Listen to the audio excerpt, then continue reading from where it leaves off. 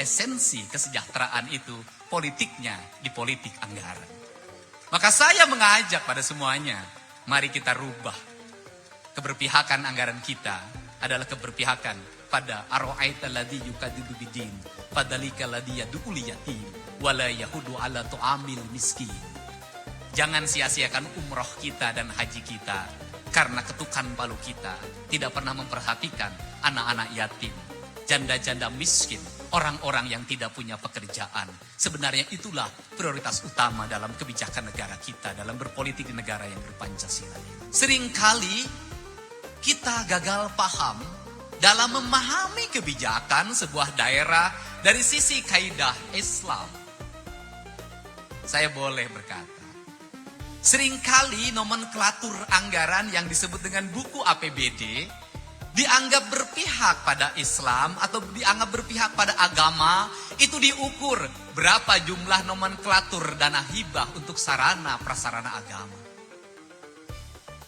Tetapi anggaran yang Islami adalah kembali pada makna ketika Rasulullah memungut zakat dan zakatnya disimpan di Baitul Mal. Baitul Mal itu menjadi rumah negara. Kalau sekarang namanya APBN atau kas negara. Seluruh kas negara itu digerakkan untuk bagaimana melindungi 8 asnaf dalam zakat itu. Kalau kita menggunakan tafsir itu, maka saya katakan sesungguhnya pajak yang dipungut oleh negara yang diprioritaskan yang utama adalah 8 asnaf yang harus diselesaikan karena negara sudah memungut dari berbagai lapisan.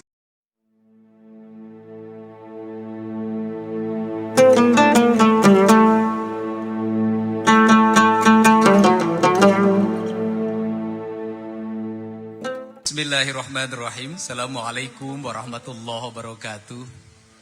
Sampurasun. Alhamdulillah wa syukrulillah wa nikmatillah. La haula wa la quwata illa billah. Allahumma sholli ala sayyidina Muhammad wa ala ali sayyidina Muhammad. Bapak dan Ibu yang saya hormati, yang berkumpul bersama-sama untuk berbagi rasa, berbagi cinta, merajut hati, menyulam rasa, membangun kebersamaan, menata hidup agar besok lebih baik dibanding hari ini. Yang saya hormati Bang Abu Rizal Bakri, senior kita di bidang politik, tapi bukan di bidang dunia usaha karena memang saya bukan pebisnis. Yang hari ini berkumpul di lingkungan masyarakat Babelan Kota, sekaligus juga merupakan lingkungan beberapa perusahaan yang beliau miliki, sehingga hari ini ingin berbagi cinta dengan semuanya agar perusahaannya terus tumbuh dan berkembang, karyawannya pada sejahtera, naik gaji tiap tahun, THR-nya tambah tiap tahun, tapi perusahaannya harus untung. Masyarakat di sekitarnya mendapat dana CSR dalam setiap masanya, sehingga terjadi sinergitas yang harmonis antara dunia bisnis dengan masyarakat di sekitarnya. Yang saya hormati pimpinan yayasan Pak Kiai Haji Mukhtar Siddiq, saya mengucapkan terima kasih atas kesempatan yang diberikan menggunakan tempat yang Bapak miliki serta segenap penggerak yayasan. Semoga pesantrennya terus pesat berkembang, santri-santrinya tumbuh menjadi santri-santri yang memiliki daya nalar intelektual yang kuat, sehingga bukan hanya menjadi pembimbing cahaya ruhani, tetapi juga menjadi pembimbing cahaya jasmani, membangun kemanusiaan, karena pada hari ini santri terbuka lapangannya di dunia apapun, baik dunia bisnis maupun dunia politik. Yang saya hormati Ketua DPRD Kabupaten Bekasi, walaupun jadi ketua tetap AA sampai kapanpun. Jadi tadi sudah mengucapkan selamat datang bagi semuanya. Pak Kiai Haji Jujun Junaidi, segenap pimpinan kecamatan, pimpinan muspika kecamatan, kemudian juga Pak Kepala Desa yang hadir pada kesempatan sore hari ini. Ada kalimat yang tertera dalam banner di depan. Kalimatnya memanen cinta Ramadan. Kalimat memanen bukan kalimat yang hanya diperoleh hari ini, tetapi perjalanan panjang saya menapaki keliling Ramadan itu sudah selama 15 tahun. Ditemani oleh Pak Kiai Haji Jujun Junaidi yang biasa dilaksanakan setelah sholat taraweh. Dan hari ini pas Pak Jujun 15 tahun kita berkeliling Purwakarta dan seluruh Jawa Barat.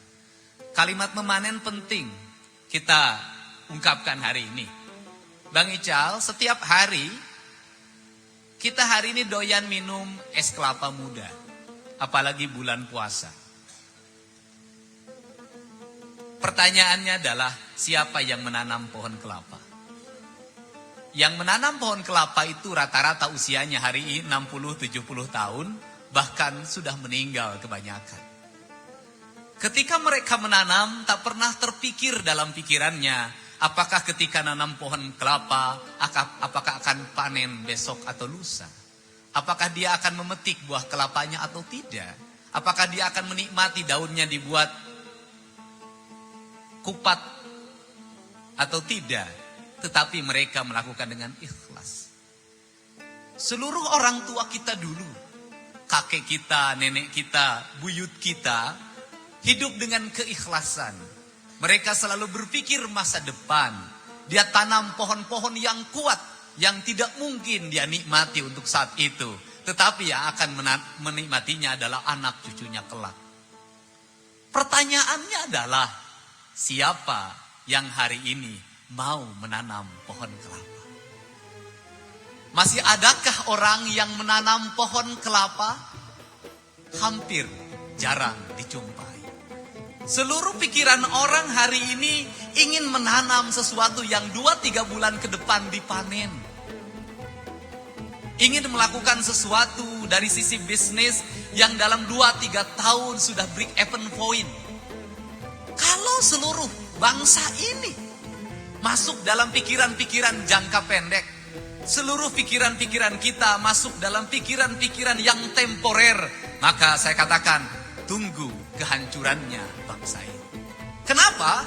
Karena dalam pikiran manusia yang menghuninya, yang ada dalam pikirannya hanya mengeksploitasi, melakukan pengelolaan yang bersifat jangka pendek, tetapi lupa memikirkan dalam jangka panjang.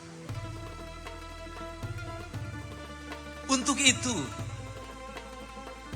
saya sering mengajak pada kalangan politisi, dimanapun berada, kalau dalam pikiran kita, berpolitik itu adalah mendulang suara, maka yang ada adalah pikiran-pikiran jangka pendek. Buat apa keliling bertahun-tahun?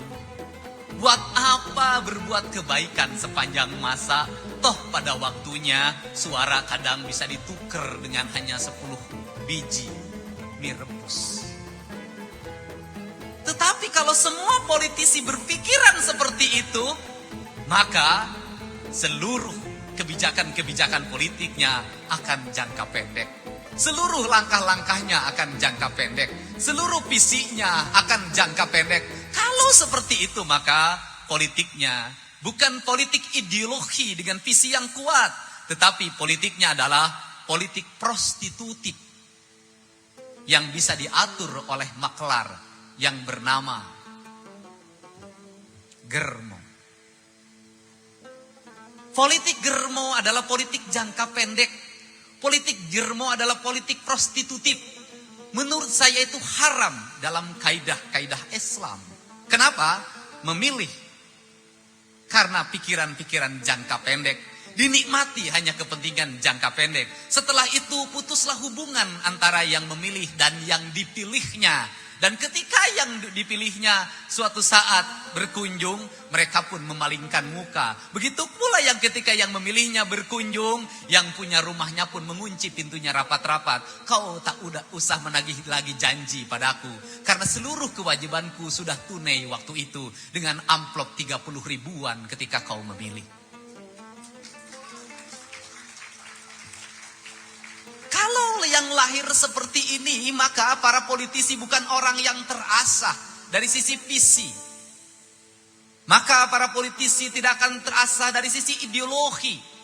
Maka dia akan terasah oleh kepentingan jangka pendek. Maka ketika jadi pemimpin, maka dia akan melakukan transaksi untuk kepentingan jangka pendek. Keterpilihannya, kelangsungan kekuasaannya, tanpa pernah memikirkan berapa lagi umur panjang daerah yang dipimpinnya. itulah para politisi hadir. Untuk apa? Sebagai mata air pencerah. Maka saya selalu berulang-ulang menyatakan Ramadan adalah bulan cahaya. Karena bulan cahaya ini harus melakukan kesadaran kolektif pada kita untuk membangun cahaya itu. Dari mana cahaya itu? Dari perut kita yang kosong, dari pikiran kita yang kita kosongkan. Kalau Ramadan yang kita kejar adalah keutuhan cahaya, sumber cahaya, maka yang jangka pendek itu akan hilang. Pikiran-pikiran kotor itu akan hilang. Maka puasa-puasa jangka pendek itu akan hilang. Apa itu puasa jangka pendek? Puasa yang memperbincangkan sahur makannya apa, puasa yang memperbincangkan buka makannya apa. Maka yang kita dapat bukan cahaya yang masuk dari relung hati kita, yang kita dapatkan lewat itikaf dalam setiap waktu. Tetapi yang kita dapatkan hanya rasa manis, rasa asin, rasa kenyang, rasa ngantuk, dan naiknya gula darah serta tekanan darah tinggi yang meningkat. Itu kita tidak dapat apa-apa. Untuk itu karena di bulan cahaya, sesungguhnya apa yang menjadi kegelisahan kita para politisi ini? Seringkali kita gagal paham dalam memahami kebijakan sebuah daerah dari sisi kaidah Islam. Saya boleh berkata, seringkali nomenklatur anggaran yang disebut dengan buku APBD dianggap berpihak pada Islam atau dianggap berpihak pada agama. Itu diukur berapa jumlah nomenklatur dana hibah untuk sarana prasarana agama. Sehingga ini sering dimanfaatkan oleh para politisi, memperbesar jumlah besaran dana hibah untuk sarana dan prasarana agama, menyembunyikan anggaran yang lebih besar hanya untuk kepentingan golongan dan kelompoknya. Menurut saya, anggaran yang Islami bukan itu. Tetapi anggaran yang Islami adalah kembali pada makna ketika Rasulullah memungut zakat dan zakatnya disimpan di Baitul Mal. Baitul Mal itu menjadi rumah negara. Kalau sekarang namanya APBN atau kas negara. Seluruh kas negara itu digerakkan untuk bagaimana melindungi 8 asnaf dalam zakat itu. Kalau kita menggunakan tafsir itu, maka saya katakan sesungguhnya pajak yang dipungut oleh negara yang diprioritaskan yang utama adalah 8 asnaf yang harus diselesaikan. Karena negara sudah memungut dari berbagai lapisan. Tanpa saya bermaksud membela pada pengusaha, Bang Ical, saya pernah jadi bupati. Seringkali masyarakat berkonflik dengan lingkungan perusahaan. Karena proposalnya tidak di ACC. Rame-rame mereka menggemok pabrik. Gara-gara Agustusan tidak dikasih dana buat main rebutan. Saya selalu tampil membela pengusaha. Bukan berarti mengecilkan aspirasi masyarakat. Dan saya katakan, yang salah bukan pengusaha, tapi yang salah kami, para pengelola anggaran negara. Di mana letak salahnya? Pengusaha sudah bayar pajak, dari mulai pajak bumi dan bangunan, PPH, PPN, seluruh pajak itu masuk dalam kas negara. Mulai APBN, APBD provinsi sampai APBD kabupaten, sampai urusan air pun dipajak. Apa yang tidak dipajak di negeri ini?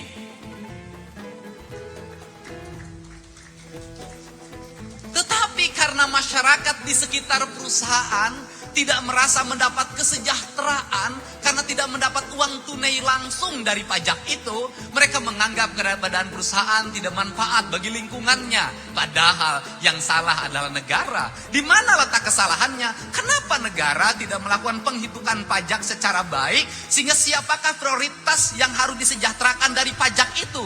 Masyarakat di sekitar perusahaan yang kena dampak dari usaha itu. Berapa pajak PPH-nya? Berapa pajak PPN-nya? Sehingga sekian persen prioritaskan untuk penanganan pendidikannya, penanganan kesehatannya, infrastrukturnya, rumah rakyat miskinnya, janda-janda tuanya. Biarkan kalau ada janda muda itu bagian Pak Kiai Jujun itu bagian. Itu yang jadi prioritas.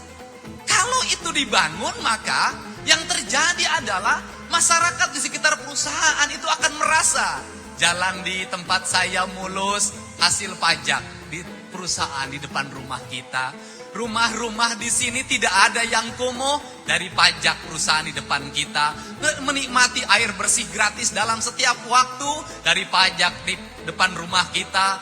menikmati susu dalam 1 minggu 1 kali dikirim oleh pemerintah desanya, pemerintah kecamatan dan kabupatennya dari pajak perusahaan di depan rumah kita. Anak-anaknya melewati pendidikan sampai mereka menjadi manajer di perusahaannya dari pajak di depan rumah kita. Maka yang terjadi adalah ajaran Islam, harmoni. Kaum miskin, fukara, masakin dalam setiap doanya selalu berkata, ya Allah turunkanlah rezeki yang besar, mudahkanlah, lapangkanlah para pengusaha di tempat kami. Kamar dalam setiap saat kami hidup atas dedikasi dan loyalitas mereka terhadap negara. Dan negara membangun keadilan pada kami. Lapangkanlah, maka mobil-mobil yang lewat tidak ada lagi yang malak.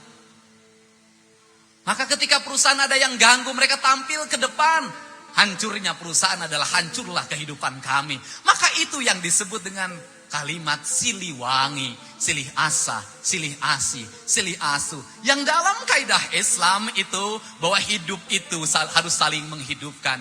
Hayat, hayyun, harus saling menghidupkan, harus saling menghidupkan. Yang sekarang yang terjadi adalah saling mematikan. Preman tidak merasa mendapat jatah, hidupnya merasa tidak sejahtera. Seluruh truk yang lewat harus bayar 100.000. Desa merasa tidak mendapat bagian, maka proposal harus dilayani dalam setiap waktu. Masyarakat merasa tidak punya kebagian kesejahteraan, maka dia harus bergerak. Kalau makin keras tangannya, makin kuat teriakannya, makin dapat gede bagiannya. Kalau kita tidak ngomong, tidak pernah kebagian.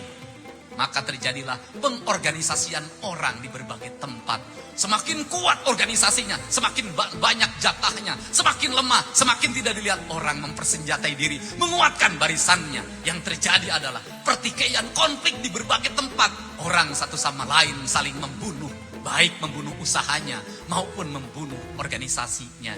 Allah tidak meridhoi sikap yang seperti ini. Maka saya mengajak pada setiap orang yang hari ini duduk di birokrasi dan di politisi. Seringkali kita ini berdebat panjang di berbagai daerah tentang politik. Kalau tentang politik 1 minggu tidak selesai, maka meja DPR bisa pecah karena tidak sepakat. Tetapi rata-rata di antara kita sepi dan sepakat dalam anggaran. Jarang sekali kita berdebat. Padahal esensi kesejahteraan itu politiknya di politik anggaran. Maka saya mengajak pada semuanya, mari kita rubah. Keberpihakan anggaran kita adalah keberpihakan pada ara'aita alladzi yukadzibu bid-din, fadzalika alladzi yad'ul yatim wa la yahudu 'ala tu'amil miskin. Jangan sia-siakan umroh kita dan haji kita karena ketukan palu kita tidak pernah memperhatikan anak-anak yatim, janda-janda miskin, orang-orang yang tidak punya pekerjaan. Sebenarnya itulah prioritas utama dalam kebijakan negara kita, dalam berpolitik di negara yang berpancasila. Inilah harapan kita. Sehingga semakin banyak anak yatim yang harus disantuni. Sesungguhnya kita jangan bahagia, tetapi kita sedih. Negara gagal dalam merawat anak-anak yatim. Sehingga masih harus disantuni oleh orang-orang yang kaya. Seharusnya negara merawat anak-anak yatim dalam setiap saat. Karena undang-undang dasar mewajibkan itu semua. Fakir miskin dan anak terlantar seharusnya dipelihara oleh negara. Komitmen kita bangun. Mari kita berpolitik, berpihak pada kepentingan 8 asnaf. Sudah selayaknya bangsa ini sejahtera. Sudah selayaknya rakyat ini sejahtera. Karena apa? Karena kita sudah bayar semuanya. Kita bayar pajak. Kita bayar retribusi.